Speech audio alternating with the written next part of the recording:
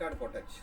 சரி, இப்போ 1வது வீட்டுக்கு செவ்வாய் இருக்கிறதுனால ஜாதகர் வந்து அவருடைய குணம், அவருடைய சிந்தனை, அவருடைய செயல்திறன், அவருடைய மூளை, அவருடைய நெற்றி, அவருடைய இந்த 1ஆம் பாவ காரகத்துவம்னு ஒன்று அனுப்பியிருக்கேனா இல்லையா? ஆமாங்க. தலை நெற்றி மூளை உயிர் ஆயுள் உடல்வாகு இதெல்லாம் அனுப்பியிருக்கீங்க. லக்ன பாவம் எதையும் அனுபவிக்கக்கூடிய யோகம்லாம் அதுக்குள்ள தானே இருக்கு. ஆமாங்க. அப்ப இந்த 1ஆம் பாவத்துல இப்ப 1ஆம் பாவத்துக்கு வந்து செவ்வாயா இருக்கிறதுனால செவ்வாய் எப்படி இருக்கும்? நெத்தி வந்து இவருக்கு எப்படி இருக்கும்? படபடன்னு தானே இருக்கும் செவ்வாய்ங்கிறதுனால.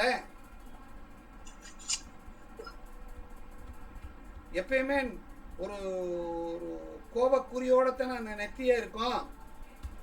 ஆமாங்க. கோவத்துல அப்படியே கொஞ்சம் இதா இருக்கும்.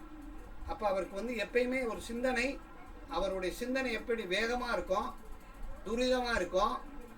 அவருடைய நெத்தி எப்படி இருக்கும்? ஒரு சுருக்கமாக இருக்கும், ஒரு தழும்பு இருக்கலாம். இதெல்லாம் அந்த நெத்தியினோட இருக்கும் அப்படின்னு நம்ம எடுத்துக்கிறோம். சரி, ஜாதகருடைய 1வது வீட்டை நம்ம என்ன சொல்லணும் அப்படிங்கிறதுக்கு அந்த 1ஆம் வீட்டினுடைய காரகத்துவம் பூரா இருக்கு. அந்த 1ஆம் வீட்டு காரகத்துவத்தை யாராவது வாசிங்க பாப்பா. படிக்கட்டுங்களா? படிங்க பாப்போம். தலை நெற்றி மூளை உயிர் ஆயுள் உடல்வாகு உருவ அமைப்பு, எதையும் அனுபவிக்கும் யோகம், தனித்தன்மை, தனித்திறமை, செயல்திறன், சுய முயற்சி, சுய சிந்தனை, சுய மரியாதை, சுய புத்தி, ஆண்மை பெண்மை, கௌரவ பதவி, பணத்தை இழந்து கௌரவத்தை பெறுதல், பொறுப்புள்ள ஆலோசனை, ஒரு துறையில் சாதனை படைக்கும் திறன், ஆரோக்கியம், நோய் எதிர்ப்பு திறன், சுய கௌரவம், தலைமை பண்பு, பெருந்தன்மை, குணங்க. இது கூட அந்த 1ஆம் பாவத்துக்குள்ள இருக்கக்கூடிய விஷயம் இல்லையா? இதெல்லாம் செவ்வாய், அதுக்கு செவ்வாய்ன்னு ஒண்ணு இருக்கு இல்லையா? செவ்வாய்க்கார கிரகத்துல. ஆமாங்க. அந்த கிரகத்தை செவ்வாயை படிங்க.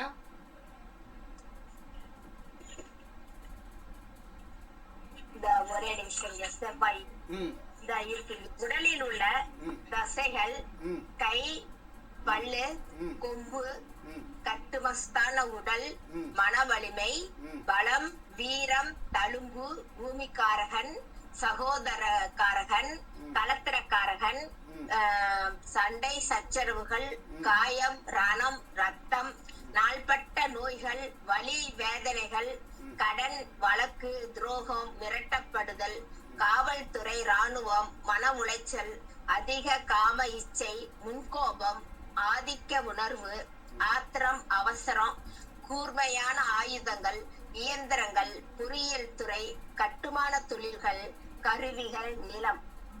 இதெல்லாம் அந்த செவ்வாய்க்குள்ள இருக்கு. செவ்வாய்க்குள்ள இதெல்லாம் இருக்கு. இப்போ 1ஆம் பாவக்குள்ள வந்து என்ன இருக்கு? குணம் இருக்கு. 1ஆம் பாவக்குள்ள என்ன இருக்கு? சிந்தனை இருக்கு. இப்போ அது அவருடைய உடம்பு அமைப்பெல்லாம் 1ஆம் பாவம் ஒரு கட்டுமஸ்தான உடம்பு தானே இருக்கும் அவருக்கு எப்பயுமே. எப்பயுமே அவர் செவ்வாயா இருக்கிறதுனால அவர் எப்படி இருப்பாரு? ஒரு கம்பீரமா தான் இருப்பாரு. அதே மாதிரி செவ்வாயா இருக்கிறதுனால சகோதரர் மேல அந்த சிந்தனை இருக்குமா இல்லையா? அப்ப அவருக்கு ஒரு சகோதரன் மேல ஒரு சிந்தனை, ஒரு நிலத்தின் மேல ஒரு சிந்தனை, ஒரு சண்டைன்னு வந்தா கூட அவர் என்ன செய்வாரு? எப்பயுமே ஒரு தலைமை தாங்குறது, அது எதனாலும் ஈஸியா அதை போய் பிடிச்சிருவாரா இல்லையா? விட்டு கொடுக்க மாட்டாரு இல்லையா? அந்த மாதிரி தான். சரி, அப்ப 1ஆம் பாவத்தை இயக்கக்கூடியது செவ்வாயாக இருக்கு அப்படின்னு நம்ம எடுத்துக்கிட்டோம். இப்போ புரியுதா? புரியுதுங்க. சரி, இப்ப 2ஆம் பாவம் இயக்கிறது யாரு? என்ன பேசுங்க தெரியல, டவர் கிடைக்கலையா தெரியலையா? இப்ப நான் சொன்ன புரியலையா? இல்லைங்க, சவுண்டே கேட்கலைங்க. எனக்கு மட்டுமா இல்ல எல்லாருக்குமா தெரியல. இங்க எங்களுக்குலாம் கேக்குதுங்க. சரி,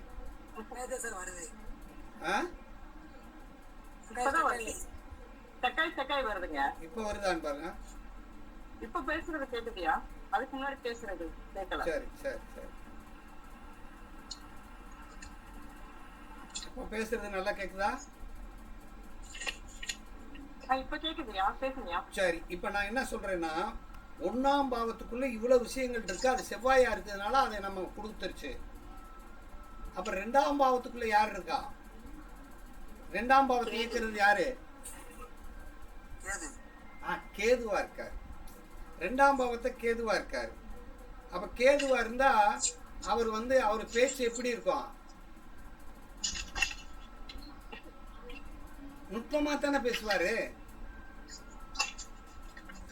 கேதுங்கிறது என்னது? நுணுக்கமா பேசுவாரு அப்படின்னு அர்த்தம். வயசானவங்க மாதிரி தான் பேசுவாரு. கேதுங்கிறது என்னது? ஞானம் அப்படின்னு அர்த்தம். கேதுவுக்கு என்ன காரகத்துவம் இருக்கு? அந்த கேதுவை படிங்க பார்ப்போம். உடலில் உள்ள அமிலம், சிறுகுடல், பெருங்குடல், ஞானகாரகன், பாம்பின் வால் பகுதி, எதையும் சிறியதாக்குவது, உடலில் உள்ள வேதியியல் மாற்றங்கள், செவ்வாயின் பெரும்பாலான காரகங்கள், ரகசியம், சிதைப்பது, அறுப்பது, துண்டிப்பது, அரிப்பது, தன்னடக்கம், விஷங்கள், அபின், கஞ்சா, கலகக்காரர்கள், வெடிகுண்டு, ஜல்லி, பட்டாசு, கம்பிகள், நார்கள், கயிறு, குறுகிய பாதை, சந்து, மலட்டுத்தன்மை, தத்துவம், மோட்சம், வேதாந்தம், மருத்துவம், பில்லி சூனியம், மாந்திரீகம், புண்கள், ரணங்கள், தாய் வழி மூதாதையர்கள், பாட்டி. இவ்வளவு காரகத்துவம் இருக்கு இல்லையா? இப்ப கேது இருந்தா என்ன செய்வாருன்னா அவர் பேச்சு எப்படி இருக்கும்? கொஞ்சம் சுருக்கிதான் பேசுவாரு. எப்பயுமே என்ன செய்வாரு? பிரமாண்டமா பேசுவாரு. கேது சுருக்கி பேசுவாரு. எதையுமே என்ன செய்வாரு? முன்னிலைப்படுத்தி பேச மாட்டாரு. தன்னடக்கத்தோட பேசுவாரு. சுருக்கமா பேசுவாரு. அவருக்கு வளவலான்னு பேச பிடிக்காது. வளவலான்னு பேச பிடிக்காது. கடைசி பாயிண்ட்டுக்கு வந்துடணும். அவரு பாயிண்ட்டுக்கு வந்துடணும் அப்படின்னு அர்த்தம். அப்ப எதையும் வெளிக்காட்டிக்கிட்ட மாட்டார்ல பேச்சுல. ஒரு ரகசியம் இருக்கும் அவர்கிட்ட, ஒரு பேச்சிலேயும் அப்படின்னு எடுத்துக்கிறோம். அப்ப ஒரு மௌனம் இருக்கும் அவர்கிட்ட. எதையுமே அந்த மௌனமா இருக்கக்கூடிய தன்மை அவர்கிட்ட உண்டு. அப்ப கண்ணுக்கு தெரியாத விஷயங்கள்லாம் அப்ப அவருடைய பார்வை எப்பயுமே எப்படி இருக்கும்? ஞான பார்வையாகத்தான் இருக்கும். இப்ப ரெண்டாம் பாவத்துல கேதுவா இருக்கிறதுனால கேது என்ன சுவைக்குரியது? கசப்பு சுவைக்குரியது. பாவக்காயின் அர்த்தம். அப்ப இவர் சாப்பிடும்போது கசப்பு சுவை உள்ளதை விரும்பி சாப்பிடுவார், அல்லது மல்டி சுவை உள்ளதை விரும்பி சாப்பிடுவார். கேதுவா இருக்கிறதுனால நறுக்குன்னு சாப்பிடுவார், தவிர வளவளன்னு சாப்பிட்றதுக்கு பிடிக்காது. புரியுதா ஐயா? புரியுதுங்க ஐயா. புரியுதுங்க. அந்த குடும்பத்தை சேர்த்து எதனா காரணம் சொல்லுங்க. இப்ப ரெண்டாம் குடும்பத்தை சேர்த்து இப்ப பாருங்க, ரெண்டாம் பாவத்துக்குள்ள போய் இருக்கிறதுனால கேதுவா இருக்கிறதுனால குடும்பம் அப்படின்னு சொல்றோம் இல்லையா? ரெண்டாம் பாவத்தை குடும்பமா இருக்கிறதுனால அவ கேதுவே ரெண்டாம் பாவத்திற்கு பாரம்பரியமான ஒரு குடும்பம் தானே, ஒரு தெய்வீக குடும்பமா தானே இருக்கும். இவங்க வீட்டுல தெய்வத்துக்கு முக்கியத்துவம் தானே கொடுப்பாங்க. படம், பூஜைகள், பொருள்கள்லாம் வச்சு கோயில், வீடே கோயிலா தானே இருக்கும் அப்படின்னு சொல்லணும். ஆச்சாரங்களை கடைபிடிக்க ஒரு வீடா தானே இருக்கணும் அப்படின்னு எடுத்துக்கணும். அவருடைய குழந்தைகள் எடுத்தாக்க கொஞ்சம் அறிவுள்ள குழந்தைகளா இருக்கும். குழந்தைக்கு ரெண்டாம் பாவத்துல என்ன குழந்தை? ரெண்டாம் பாவமா குழந்தை இருக்கு? பேச்சு பேச்சு வருமானம் எப்படி இருக்குங்க? வருமானம் கேதுவா இருந்ததுனால சுருக்கமா தானே வருமானம் வரும். கேதுங்கிறது மொத்தமா வராது இல்லையா? சின்னதா தானே வரும். உங்க வருமானம் பூரா ரகசியமான வருமானம் வரும். நெருக்கடியான வருமானம். கேதுன்னா என்ன அர்த்தம்? நெருக்கடியான வருமானம் தான் வரும் அப்படின்னு எடுத்துக்கிறணும். எளிதில் கண்டுபிடிக்க முடியாத அளவுக்கு எளிதில் இப்படித்தான் நிரந்தரமா சொல்ல முடியாது இல்லையா? கேது அப்படின்னு சொல்லணும். சரி, மூணாம் பாவத்துக்கு யாருன்னு பாருங்க. மூணாம் பாவத்துக்கு செவ்வாய்ங்க. மூணாம் பாவத்துக்கு செவ்வாய் வந்துருச்சு. இப்போ மனோகாரகன் செவ்வாய்த்தாரு. அப்போ மனசு எப்படி இருக்கும் அவருக்கு? தில்லான மனசு, தைரியமான மனசு, எதை வந்தாலும் பார்த்துக்கிறோம்னு சொல்லுவாரா இல்லையா? ஆமாங்கய்யா. ஆமாங்க. இவர் ஒரு விஷயத்தை வந்து இப்போ சொல்கிறோம்னா அந்த விஷயத்தை வந்து இவர் என்ன செய்வார்? எதையும் பார்த்துக்கலாம்னு சொல்லக்கூடிய மனதானே இருக்கும். அவர் தைரியமான மனசு, பாதுகாப்பான மனது. மனம் வந்து எப்பயுமே அவர் என்ன செய்வார்? இவருடைய மனம் யாரை பற்றி நினைக்கும்? செவ்வாயா இருக்கிறதுனால சகோதரர்களை, ரத்த சம்பந்தப்பட்ட உறவுகளை பற்றி நினைக்கக்கூடிய மனசா தானே இருக்கும் அப்படின்னு இருக்கும். அதே மாதிரி செவ்வாயா இருக்கிறதுனால இவருடைய மனம் காயப்படவும் செய்யும் இல்லையா? செவ்வாய்னா செவ்வாய்ங்கிறது வந்து லட்சியம்னு அர்த்தம். செவ்வாய்னா லட்சியம். அப்ப லட்சியமான மனசாத்தானே இருக்கும்.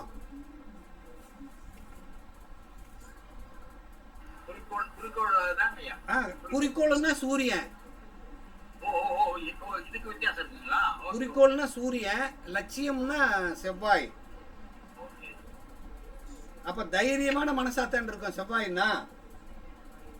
இங்க பாருங்க, தைரியமான மனசு, முன்கோவக்காரரு. செவ்வாய்னா கோவக்காரர் இல்லையா? நான் சொல்ற வார்த்தையும் கூட போருங்க. தைரியமான மனசு, முன்கோவக்காரரு, பிடிவாத மனசு, முரட்டுத்தனமான மனசு, ஒரு புரட்சியான மனசு.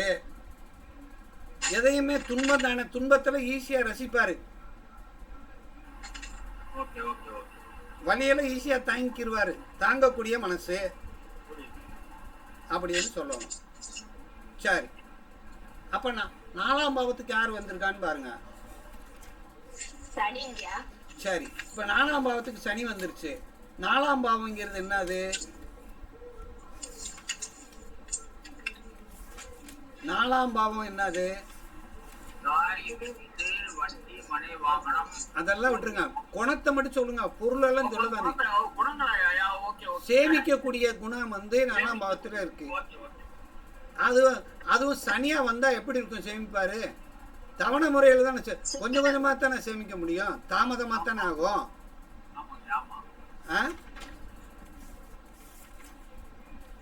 லம்பளமா சேமிக்க முடியுமா? முடியாது அப்படின்னு எடுத்துக்கிறணும். அப்ப அந்த சனி அப்படின்னு சொன்னாலே என்ன இருக்கணும்?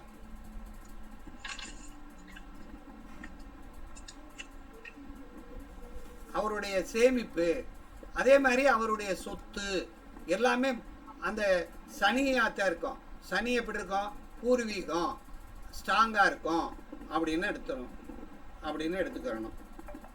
அப்போ பழமையான பொருட்கள் எல்லாம் அவர் பழமையான பொருள்களை பூரா விட மாட்டார், வச்சுக்கிடுவாருன்னு அர்த்தம்.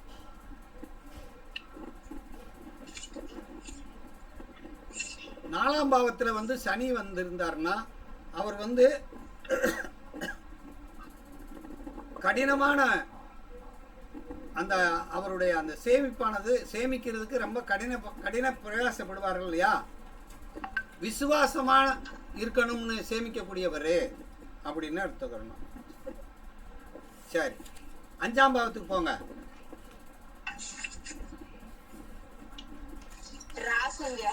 சரி, 5ஆம் பாவத்துக்கு ராகு வந்துருச்சு.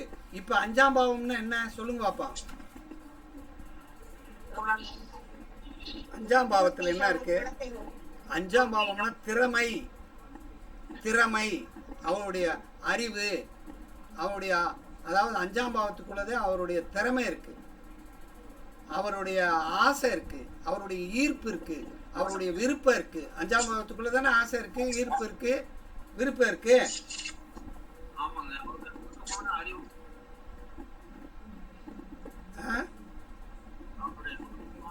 அதுக்கு யார் வந்திருக்கா?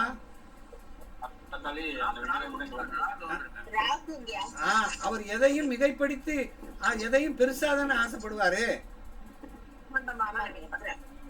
அவர் வந்து ஒரு விசுவாச ராகுவா இருக்கிறதுனால ஒரு எப்படி ஆசைப்படுவாரு?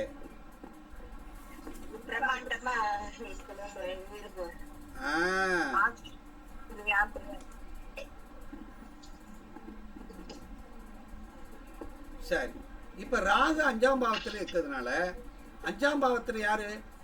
குழந்தை. 5ஆம் பாவத்துக்கு குழந்தை. குழந்தை. அவர் எப்படி இருப்பாங்க? குழந்தை எப்படி இருப்பாங்க? நல்ல ஆடம்பரமா இருப்பாங்கன்னு எடுத்துக்கலாம். குழந்தை ராகு சம்பந்தப்பட்ட தாத்தா மாதிரி இருப்பாருன்னு எடுத்துக்கலாமா? தாத்தா மாதிரி அவங்க அவருடைய முன்னோர்கள் மாதிரியே இருக்கக்கூடிய வாய்ப்பு இருக்கும் இல்லையா? அப்படின்னு எடுத்துக்கணும்.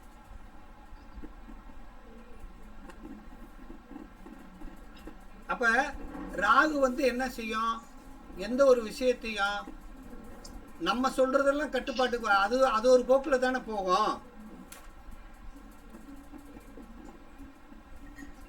அதாவது சமுதாயத்துக்கு புறம்பானது, நமக்கு புறம்பானது, அதோட விஷயத்துக்கு மாதிரி தான் போகும். நம்ம கண்ட்ரோல் வராது இல்லையா ராகு?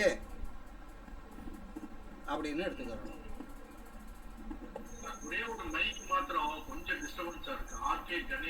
யாரு யாரு? கணேசன். கொஞ்சம் மியூட் போட சொல்லுங்க. பேசுறதுக்கு வேணும். கேட்டுட்டீங்க எதுன்னு தெரியல. ஆர்கே கணேசன். ஓகே.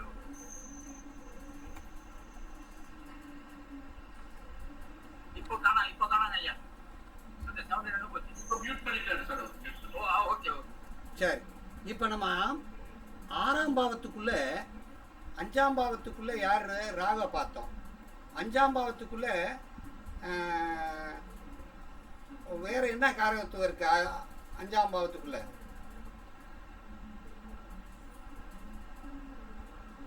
5ஆம் பாவத்துக்குள்ள இதயம், முதுகுத்தண்டு, பாலியல் ஹார்மோன்கள் இதெல்லாம் வருதுங்க. இப்ப பாருங்க, பாலியல் ஹார்மோன் சொல்லிட்டேலா இல்லையா? ஆமாங்க. அப்ப வந்து ராகுவா இருக்கிறதுனால இவர் அதிகமான பாலியல் உணர்வுகள் இருக்கும் இல்லையா? பாம்புனால என்ன அர்த்தம்? பரிச சுகம் அதிகமா இருக்குமா இல்லையா? இவருக்கு வந்து அதிகமான உணர்வுகள் உண்டு. அப்ப இவருக்கு வந்து தாம்பத்தியத்தின் மேல அதிகமான இச்சை உண்டு. போதுன்னு சொல்ல மாட்டார் இல்லையா? ஆமா, போதுன்னு சொல்ல மாட்டார் இல்லையா? அப்படின்னு எடுத்துக்கிறோம். கலைகள், கேளிக்கைகள், சூதாட்டம் இது எல்லாமே இருக்குங்க. எல்லா விஷயமே எல்லாத்தையுமே அவர் ரசிக்கக்கூடிய தன்மை இருக்கும் இல்லையா? அதாவது என்னன்னா 5ஆம் பாவம்னால என்ன அர்த்தம்னா ஈர்ப்புன்னு வச்சுக்கோங்க. 5ஆம் பாவம்னா என்னது? 5ஆம் பாவம்னா ஈர்ப்பு. அவருக்கு அப்ப ராகு மேல நீங்க சொல்றீங்க இல்லையா? அப்ப மாந்திரியத்து மேல, மந்திரத்து மேல, மேஜிக் மேல, மனோதத்துவத்து மேல, இது மேலெல்லாம் ஒரு ஈர்ப்பு இருக்குமா இருக்காதா? இருக்கும்னு அர்த்தம். இது மேல ஒரு பெரிய ஈர்ப்பு இருக்கும்னு அர்த்தம். சரி, இப்ப வாங்க 6ஆம் பாவத்துக்கு யார் இருக்கான்னு பாருங்க. 6ஆம் பாவத்துக்கு சுக்கிரன்ங்க. 6ஆம் பாவத்துக்கு சுக்கிரன் இருக்காரு. இப்ப 6ஆம் பாவம்னா என்ன சொல்லுங்க? 6ஆம் பாவம்னு வந்த உடனே நோயின்னு ஒரு வார்த்தை இருக்கு இல்லையா? இருக்கா இல்லையா? நோய் இருக்கு. நோயின்னு இருக்கு. அப்ப சுக்கிரனுக்கு என்ன நோய் வரும்? சுக்கிரனுக்கு என்ன உடல் உறுப்புகள் என்ன இருக்கும்? சுக்கிரன்ல மர்ம உறுப்புகள் அதெல்லாம் அப்படியே சொல்லக்கூடாது. சுகர் நோய் கண்டிப்பா இருக்கும். சுக்கிரன் வந்தாலே டயாபெட்டிஸ் இருக்கும். டயாபெட்டிஸ் இருக்கும் அப்படின்னு எடுத்துக்கோ. சரி, வேலைன்னு இருக்கு இல்லையா? சுக்கிரன்னா என்ன? ஆபரணங்களை செய்யக்கூடியது, பணத்தை வட்டி கொடுக்கறது, பணத்தை வச்சு தொழில் பண்றது. சுக்கிரன்னால என்ன? அது ஆபரணங்கள் அப்படின்னு அர்த்தம். சுக்கிரன்னா என்ன? என்ன என்ன சுக்கிரன்னா மனைவியா? 6ஆம் பாவத்துக்கே சுக்கிரன் வந்துட்டாரா? அப்ப மனைவி வேலை பார்ப்பாங்களா? மனைவி சம்பாதிப்பாங்களா அப்படின்னு அர்த்தம். அப்ப அதே மாதிரி 6ஆம் பாவத்துக்குள்ளே வம்பு வழக்கு பிரச்சனை இருக்கா? அப்ப சுக்கிரனா இருக்கிறதுனால பண பிரச்சனை இருக்கும் இல்லையா? சுக்கிரன்னா சின்ன பணமா? சுக்கிரனாலே பணம், சுக்கிரனாலே பேங்கா, அப்ப வட்டி இருக்குமா? இதெல்லாம் இருக்கு. இந்த பிரச்சனை 6ஆம் பாவத்துல சுக்கிரன் தொட்டி காட்டுமா? 6 12 இருக்கிறதுனால நம்ம வந்து அப்புறம் சுக்கிரன்னா பெண்கள், பெண்களால் பிரச்சனை. கடன் இருக்கும் இல்லைங்க ஐயா? கடன் இருக்கும் இல்லையா? கடன் கடன். ஓகே. பண பற்றாக்குறை இருக்கத்தானே. வாகனங்களும் இருக்கும் இல்லைங்களா சுக்கிரன்? வாகனம்னா 4ஆம் பாவத்துக்கு தான் போகணும். வாகனம் இருந்து இல்ல சார், வாகனம் சுக்கிரன் தான். 6ஆம் பாவத்துல போய் வாகனத்துல இருந்தா வாகனத்துக்கு செலவா, வாகனத்தின் மேல கடன் வாங்கலாம், வீட்டின் மேல கடன் வாங்கலாம். வாகனம் சுக்கிரன்னா வீடா வாகனமா, அதன் மேல கடன் வாங்கலாம் அப்படின்னு அர்த்தம். புரியுதா? புரியுது. சரி, இவர் எப்பயுமே இந்த சுக்கிரன்னா பெண்கள், பெண்கள் விஷயத்துல பார்த்திருக்கணுமா? ஏன் அது 6ஆ இருக்கு இல்லையா?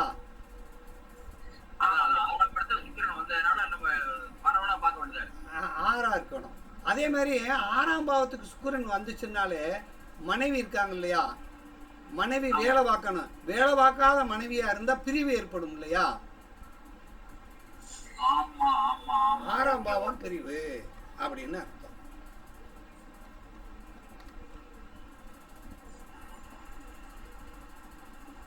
அடுத்து 7ஆம் பாவத்தை பாருங்க. 7ஆம் பாவத்துக்கு குருங்கயா? 7ஆம் பாவத்துக்கு குரு இருக்காரு. இப்ப 7ஆம் பாவம்னா என்ன? கலத்திரம். ஏமா 7ஆம் பாவம்னா என்ன அர்த்தம்னா, கலத்திரம்னா சொல்லப்படாது. 7ஆம் பாவம்ங்கிறது மக்கள் தொடர்பு, மக்கள் அதாவது சமூக தொடர்பு, அதாவது மக்கள் தொடர்பு அல்ல சமுதாய தொடர்பு. அது குருவா இருக்கிறதுனால பொதுவானது, பொது நியாயம் நேர்மை இதெல்லாம் அவர் அந்த தொடர்புல இருப்பாரா இல்லையா? ஒரு முக்கியமான பொறுப்பை கொடுக்கும் குரு இல்லையா? சரி, 6ஆம் பாவம் 7ஆம் பாவத்தை மனைவின்னு சொல்றோம். மனைவி எப்படி இருப்பாங்க? குருவா இருந்தா தெய்வ பக்தி உள்ள மனைவி, ஒழுக்கமானவங்க, நேர்மையானவங்க, நியாயமானவங்க, அப்படி மனைவி தானே அமையும். அதே மாதிரி குருன்னா பகிர்ந்து கொள்ளுவாங்க, ஒன்றை கொடுத்து வேறு ஒன்றை பெறுதல். அதாவது ஒன்றை கொடுத்து ஒன்றை பெறுவது 7ஆம் பாவம் தான். அது நியாயமான விருப்பம். அங்க வந்து ஒன்னு அப்படின்னா என்ன அர்த்தம்? குருவா வந்திருக்கிறதுனால, ஓ அம்மா நீங்க வந்து கொஞ்சோண்டு அரிசி கொடுங்க, நான் கொஞ்சோண்டு மிளகு தர்றேன்லாம் சொல்ல மாட்டாங்க. இருக்கிறத எடுத்து கொடுத்துருவாங்களா இல்லையா? எது கேட்டாலும் என்ன செஞ்சிருவாங்க? எடுத்து கொடுத்துருவாங்க. நியாயமான மனைவி அப்படின்னு அர்த்தம். புரியுதாப்ப? சரி, அதுக்கு எடுத்து பாருங்க. இப்ப வந்து 7ஆம் பாவங்கிறது வெளிப்படையானது இல்லையா? தன்னை போல பிறர் நினைக்கக்கூடியதா? அப்ப அவருக்கு மனைவிக்கு தன்னை போல பிறர் நினைக்கக்கூடிய அந்த பெருந்தன்மையான குணம் இருக்குமா இருக்காதா அப்படின்னு. சரி, இப்ப இங்க வந்துருவான். 7ஆம் பாவத்துக்கு குரு வர்றது மனைவிக்கு பணம் உண்டு, மனைவிக்கு பணம் உண்டு அப்படின்னு. மனைவிக்கு பணம் உண்டா, மனைவியினால் இவருக்கு பணம் உண்டா? இல்ல, இவர் மனைவிக்கு தான் 7ஆம் பாவத்துக்கு தான் பணம். மனைவிக்கிட்ட அந்த பண செல்வாக்கு உண்டுன்னு அர்த்தம். இதுல எனக்கு ஒரு சந்தேகம். 7ஆம் பாவத்துல 7ஆம் பாவம் வந்து 6ஆம் பாவம் தொடர்பு இருந்ததுன்னா அந்த அந்த அவ வேலைக்கு போற மனைவின்ற மாதிரி அப்படி சொல்றது இல்ல. 7ஆம் பாவம் 7ஆம் பாவம் போய் 6ஆம் பாவத்தோட தொடர்பாயிட்டா அது சண்டைக்கார மனைவி. சண்டைக்கார மனைவி. ஆனா அவர் டாமினேஷன் இருக்கும். யார் டாமினேஷன் இருக்கும்? கணவனுடைய டாமினேஷன் இருக்கும். 7ஆம் பாவம் போய் 6ஆம் பாவத்தை தொடர்ந்தா மனைவிய இவர் அடிப்பாரு. 7ஆம் பாவம் போய் 8ஆம் பாவத்தோட தொடர்பானா இவரை மனைவி அடிக்கும். புரியுதா ஐயா? புரியுது. சரி, இப்போ 8ஆம் பாவத்துக்கு யாரு வச்சிருக்காங்க?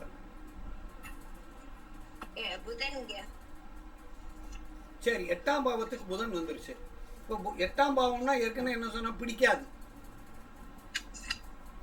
8ஆம் பாவம் வலி வேதனை துன்பம் எல்லாம் இருக்கு. இது புதனா வந்துருச்சு. அப்ப இவருக்கு வந்து புதன் என்ன, பணமா, நட்பா, சொந்தமா, இதெல்லாம் என்ன செய்யும், அவருக்கு பிரச்சனை இருக்குமா? இப்ப புதன்னா கொடுக்கல் வாங்கல், புதன்னா கொடுக்கல் வாங்கல், இதெல்லாம் அவர் பார்த்துருக்கணும் அப்படின்னு அர்த்தம். சரி, அதனால என்ன இந்த புதன்னா என்ன அர்த்தம்? 8ஆம் பாவத்துக்கு வந்தா இவர் இவர் இவர் வந்து நட்பு விஷயத்துல ரொம்ப ஜாக்கிரதையா இருக்கணும், அது லவ் விஷயத்துல ரொம்ப ஜாக்கிரதையா இருக்கணும். ஏன்னா புதன் இல்ல கொண்டு வர்றதுக்கு அந்த 8ஆம் பாவத்துக்குள்ள போய் இது உட்காந்துருச்சு. இவங்களுக்கு தகவல் தொடர்புல பிரச்சனை வரும், டாக்குமெண்ட்ஸ்ல பிரச்சனை வரும் அப்படின்னு. சரிங்களா? புதனுடைய காரகத்துவத்தை இருக்கு, தாய் மாமனால பிரச்சனை தான் அப்படின்னு எடுத்துக்கலாம். சரி, 8ஆம் பாவத்துக்கு போய் புதன் இருந்தா படிப்புங்கிறதுலயும் பிரச்சனை இருக்குமா இல்லையா? என்னத்தை படிச்சதுக்கு தகுந்தாலும் கிடைக்காது இல்லையா? இல்ல படிப்புனால அவருக்கு வந்து என்ன இருக்காது, புரோஜனம் இருக்காது இல்லையா? இப்ப புதன் வந்து 8ஆம் பாவத்துல போய் இருந்தா மனைவிகிட்ட ஒரு பணத்தை கொடுத்துடணும், அவரு அது 2ஆம் பாவம், நம்ம அனுபவிக்க முடியாது தானே 8ஆம் பாவம் அப்படின்னு அர்த்தம். சரி, 9ஆம் பாவத்துக்கு யாருன்னு பாருங்க. சரி, 9ஆம் பாவத்துக்கு சூரியன் வந்துருச்சு. 9ஆம் பாவம் தான் லட்சியம். 9ஆம் பாவம் தான் அப்பா. அப்பா வந்து எப்படி இருப்பாரு? 9ஆம் பாவத்துக்கு சூரியனை வந்து அப்பா நிர்வாகம் உள்ளவராக இருப்பாரு. அப்பா எப்படி இருப்பாரு? அவர் தான் அதிகாரம் பண்ணக்கூடியவராக இருப்பாரு, ஆளக்கூடிய அதிகாரம் தோரணையோட இருக்கிற ஒரு அப்பா தானே அமைவாரு அப்படின்னு எடுக்கணும். அதே மாதிரி அது 9ஆம் பாவங்கிறது என்னது?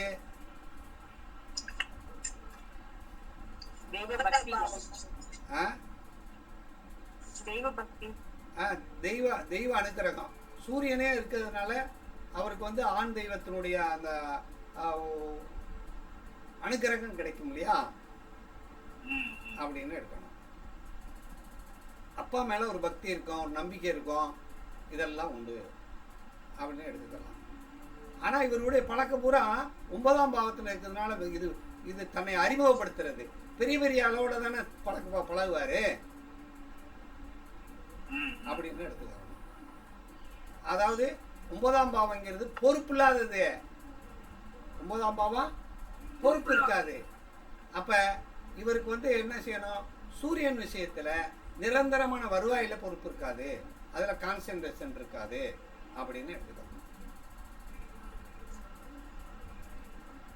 சரி, 10ஆம் பாவத்தை யார் வச்சிருக்கான்னு பாருங்க. சரி, 10ஆம் பாவத்துக்கு சனி வச்சுட்டாரு. 10ஆம் பாவங்கிறது என்னது? தொழில். அது சனி பகவானே வந்துட்டாரு. அப்ப அவர் தொழில் எப்படி இருக்கும்?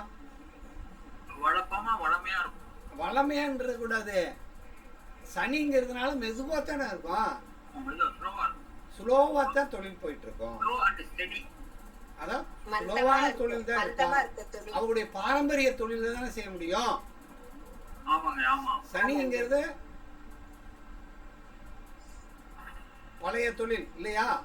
அவ முன்னோர்கள் செய்கிற தொழில் தானே, அதைத்தான் தொழிலாக வரும் அப்படின்னு அர்த்தம். சரி, 10ஆம் பாவத்துக்குள்ள கௌரவம், மரியாதை இதெல்லாம் இருக்கா இல்லையா? இப்ப என்ன அர்த்தம்? சூரியனாலே சனினாலே குலதெய்வமா? சனினாலே குலதெய்வம். அது 10ஆம் பாவத்துக்கு வந்தா குலதெய்வத்தினுடைய ஒரு கௌரவ அந்தஸ்து அவர் கிடைக்குமா இல்லையா அப்படின்னு அர்த்தம். பூர்வீகமான குடும்பம், கௌரவமான குடும்பம், அந்த குடும்பத்தை சொன்னாலே அந்த ஏரியாவுக்கு தெரிகிற அளவுக்கான அமைப்பு இருக்கும். சனிங்கிறது வந்து அந்த பழமையானது அப்படின்னு. சரி, 11ஆம் பாவத்தை யார் வச்சிருக்கான்னு பாருங்க. சரி, 11ஆம் பாவத்துக்கு குரு வருது, நல்லது. ஏன்னா போதுங்கிற விஷயம். அப்ப இவர் என்னது? அது வந்து நியாயமான வழியில தான் அவர் திருப்தி அடைவார் இல்லையா? நியாயமான வழியில தான் அவர் என்ன செய்ய முடியும்? திருப்தி அடைய முடியும். அப்போ இவங்களுக்கு மருமக்கமார்கள் வரக்கூடியவர்கள் நல்ல நல்ல நியாயமான மருமக்கமாராக தானே அமைவாங்க. மனைவி மாதிரியே மருமகளும் வருவாளா? அதுவும் இது ஒன்றா இருக்கு பாருங்க இல்லையா? அதே மாதிரி நண்பர்களும் எப்படி இருப்பாங்க? நல்ல நட்புகள் கிடைக்குமா இல்லையா? அப்படின்னு என்ன அர்த்தம்? சரி, 12ஆம் பாவம் யார் வச்சிருக்கான்னு பாருங்க. சுக்கிரன். 12ஆம் பாவத்துக்கு சுக்கிரன் வச்சுட்டாரு. அப்ப பணத்தினால இவருக்கு என்ன இருக்கு? விரயம் இருக்கு. பணத்தினால இவர் விரயம் பண்றாரு. அப்ப பணத்தின் 6ஆம் பாவத்துக்கு 12ஆம் பாவத்துக்கும் ஒரே கிரகமா வந்துருச்சு. சுக்கிரனா வந்தா வட்டி மேல வட்டி அப்படியே கட்டிட்டு தானே இருக்கணும். பணம் தானே. ஒன்று நோய் ஆஸ்பத்திரி அல்லது பண செலவு. அதே மாதிரி 12ஆம் பாவத்துக்கு சுக்கிரனா வந்தா 12ஆம் பாவங்கிறது படுக்கை சுகம். அதுல வந்து இதில் கரெக்டா இருப்பாரா இல்லையா? அது மேல ரொம்ப தூக்கலாத்தே இருப்பாரு. அதே மாதிரி 12ஆம் பாவங்கிறது நீண்ட தூர பயணம். அது சொகுசா தானே அவர் போவார். போற இடமோ சொகுசாத்தான் போவாரு. படுக்கையும் சொகுசா தானே வச்சிருப்பாரு அப்படின்னு அர்த்தம். வரவுக்கு மீறிய செலவு எடுத்துக்கலாமாங்க? அதான் விரயம்னு தானே சொல்லிட்டோம்ல, ஒரு வார்த்தை சொல்றோம் இல்லையா? வரவுக்கு மீறிய செலவு அப்படின்னு வரும். இது மாதிரி 12 பாவங்களையும் நான் பார்க்கணும். அப்ப நம்ம 12 பாவத்தினுடைய காரகத்துவத்தையும் இந்த 9 கிரகத்தினுடைய காரகத்துவத்தை தெரிஞ்சா அவர் யார் அப்படிங்கிறத கண்டுபிடிச்சிடலாமா இல்லையா? ஐயா புரிஞ்சா? எல்லாருக்கும் குமார் புரிஞ்சா? அம்மா இந்த துளசிமா அவர் வந்திருக்காரா? இந்த நீங்க சொன்னவர் துளசி அம்மா இருக்காளா? கொஞ்ச நேரத்துக்கு முன்னாடி பேரை பார்த்தேன். இப்ப இருக்காங்க தெரியல. சரி, இப்ப இது நான் சொன்ன புரிஞ்சது? அந்த பாயிண்ட் எல்லாம் புரிஞ்சாயா?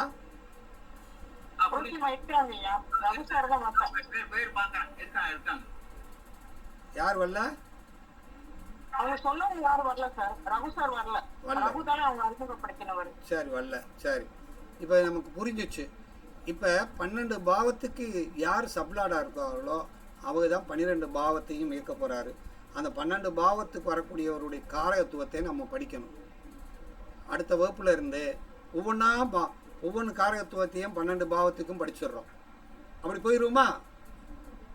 இப்போ புரியறதுக்காக தான் 12 பாவத்துக்கும் வேற வேற மாத்தி சொல்லிட்டு வந்திருக்கோம் இல்லையா?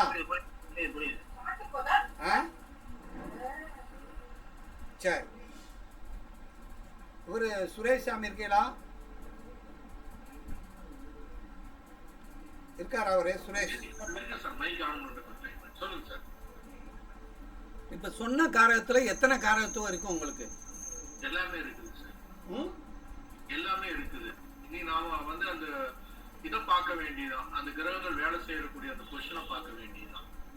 இப்ப இது இந்த 12 பாவத்தை நம்ம நிப்பாட்டி இருக்கோமா? ஆமா, இது நிப்பாட்டி இருக்கிறோம்.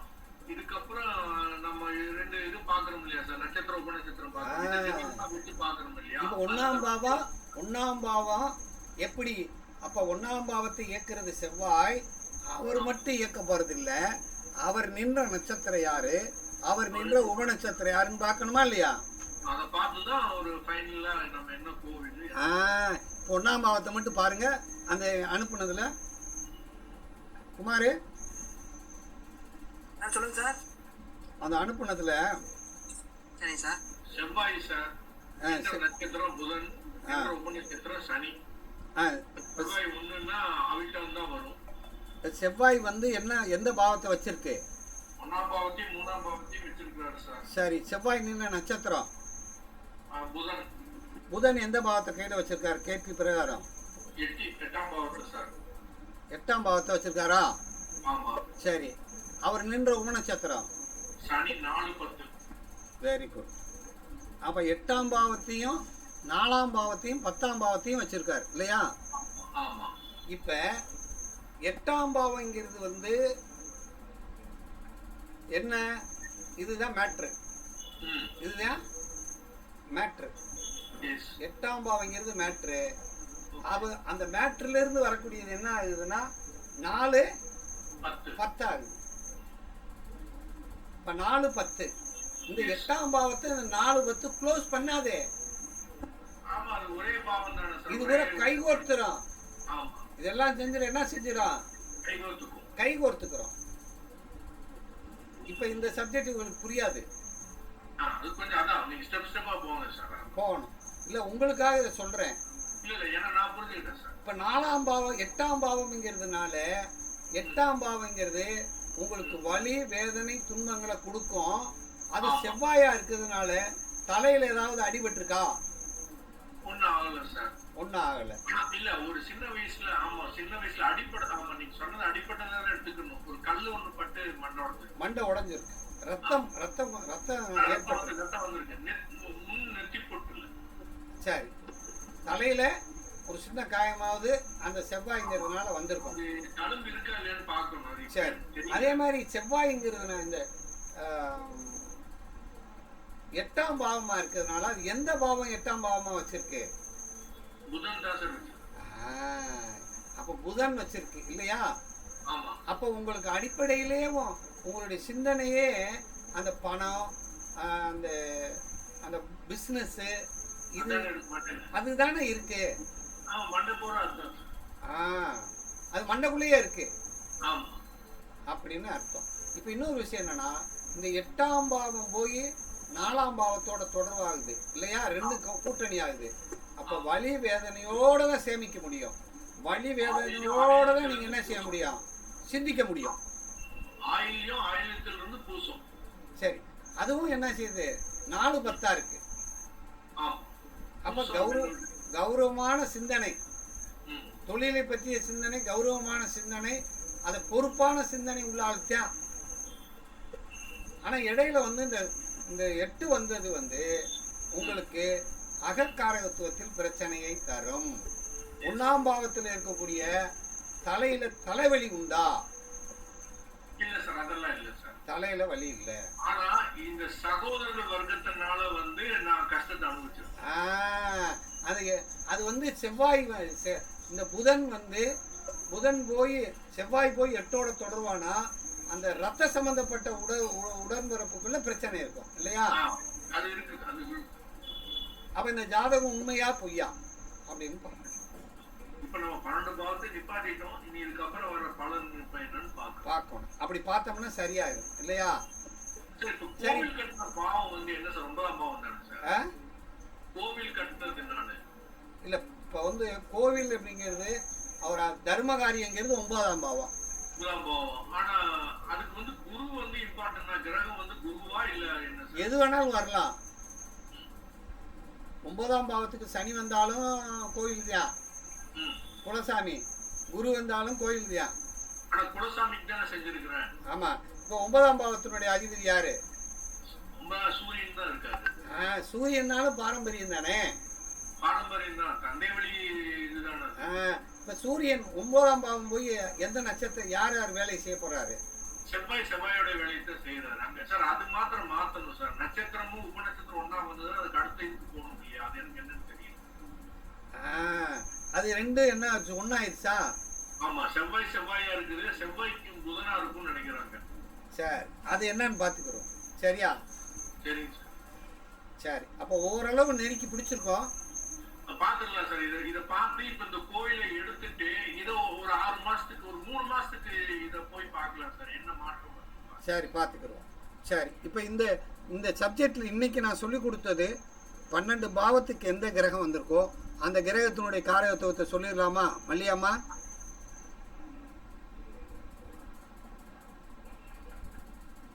சொல்லிடலாம். மரகதம்மா?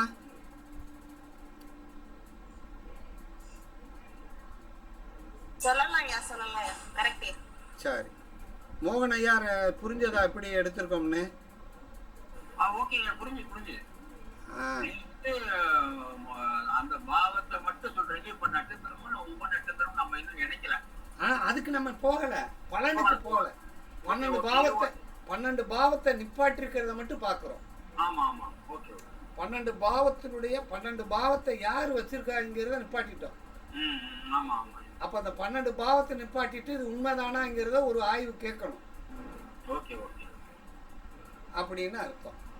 இப்ப எதை எடுத்தாலும் அந்த 12 பாவங்களை நம்ம பார்த்து பார்க்கணும். அப்படிங்கிறத பார்த்தாச்சு. இப்ப அடுத்த ஸ்டெப்பு தான் அது நின்ற நட்சத்திரம், அது நின்ற உபநட்சத்திரம் அப்படின்னு பார்க்கணும்.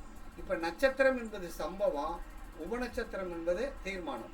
இப்ப இன்னொரு விஷயம் சொல்ற பாருங்க, நட்சத்திரம் உபநட்சத்திரம் என்பது செயலை காட்டும். இந்த கிரகம் வச்சிருக்கக்கூடிய வீட்டை செயல்படுத்தக்கூடிய உரிமை யார்கிட்ட இருக்கு? அவர் தான் அவர் தான் செயலாற்ற போகிறார். அவர் தான் ஒன்னாம் பாவத்தை சனி தான் செயலாற்ற போகிறார். ஒன்னாம் பாவத்தை சனி தான் பிரதானமா செயலாற்ற போறாருன்னு அர்த்தம். அப்ப அந்த வேலையை செய்கிறவர் யாருன்னா அந்த 1வது வீட்டை முழுமையான வேலை செய்யக்கூடிய ஆற்றல் இவர் 1ஆம் வீட்டில் இந்த 1வது வீட்டை இயக்குறவர் இவர் இருக்கலாம். ஆனா அவருக்கு பாஸ் யாருன்னா உபநட்சத்திரம் தான், இல்லையா? இப்ப அவர் கடைசியில 10 தானே வச்சிருக்காரு. 10 வச்சிருந்தாருன்னா 11 இருக்காது இல்லையா? 10 வச்சிருந்தா 11 இருக்காது. அப்ப 11 இருக்காதுன்னா என்ன அர்த்தம்? திருப்தி இருக்காது. அவருடைய மூளையில எவ்வளவு இருந்தாலும் திருப்தி அடைய மாட்டார் இல்லையா? அப்படிங்கறத எடுக்கணும். இது புரிஞ்சதா? அப்படின்ட்டு எடுத்துக்கிறோம். சரி, ஏதாவது டவுட் இருக்கா இப்ப நம்ம பார்த்த சப்ஜெக்ட்ல?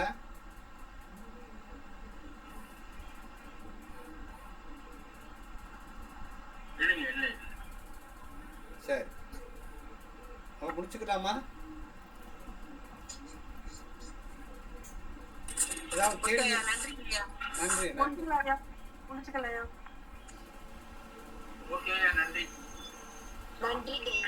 நன்றி. நன்றி. நன்றி.